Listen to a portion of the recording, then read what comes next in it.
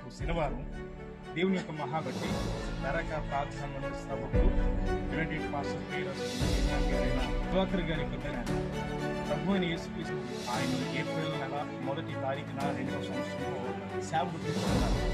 ఆ రోజు పిలువబడిన పిలుపును జ్ఞాపకం చేసుకుని బైబిల్లో చెప్పబడిన ఉపకారము ధర్మము చేయవచ్చు అత్యాగము దేవునికి ఇష్టమైనవి అన్న సత్యమైన వాక్యాన్ని చేపట్టుకొని అనేక మందికి క్రీస్తు ప్రేమను ఆస్తులు అంతస్తులు సంపాదించుకోవడం కానీ క్రీస్తు ప్రేమను స్వాత ద్వారా వెదజల్లాలి. స్వాత అందించాలంటే పేదవారికి సహాయం చేయాలి. దేవుని ప్రేమను వెదజల్లాలన్న ప్రాముఖ్యమైన ఉద్దేశంతో కుష్ఠరోగుల పరిచర్య, అంధుల పరిచర్య, అనాథుల పరిచర్య, వృద్ధుల పరిచర్య, హెచ్ఐవి పరిచర్య, ఇలా అనేక రకమైన పరిచర్యలతో దేవుని సేవను ముందుకు కొనసాగిస్తున్నారు. మరి ఈ రోజు ప్రత్యేకంగా ఈ 27వ తారీఖు ఏప్రిల్ నెల 2024 సంవత్సరం శనివారం దినమున 100 మంది కుష్ఠరోగులకు సుమారుగా 100 మంది కుష్ఠరోగులకు బట్టలు పెట్టి వారికి ప్రేమ విందును ఏర్పాటు.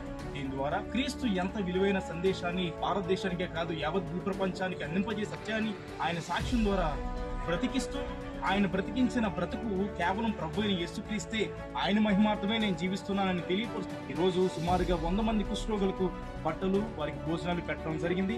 ఇది కేవలము సేవకుల యొక్క దర్శనం, దైవ సంఘ దివాకరయ్య గారి యొక్క దర్శనం మేరకు సంఘము ముందుకు వచ్చింది. సంఘము ముందుకు రావడంతో ప్రతి ఒక్కరూ చేయూతనిచ్చారు. మాకు ఏ విదేశీ సహాయం లేదు, ఎటువంటి స్పాన్సర్స్ లేదు, కానీ ప్రభు అని యేసుక్రీస్తే మాకు సోర్స్ ఆఫ్ ఇన్కమ్ గా మాకు నిలబడి సంఘము ద్వారా ఈ ఘనమైన పరిచర్యలు చేస్తున్నాం. ఈ పరిచర్య కోసం ప్రార్థించండి.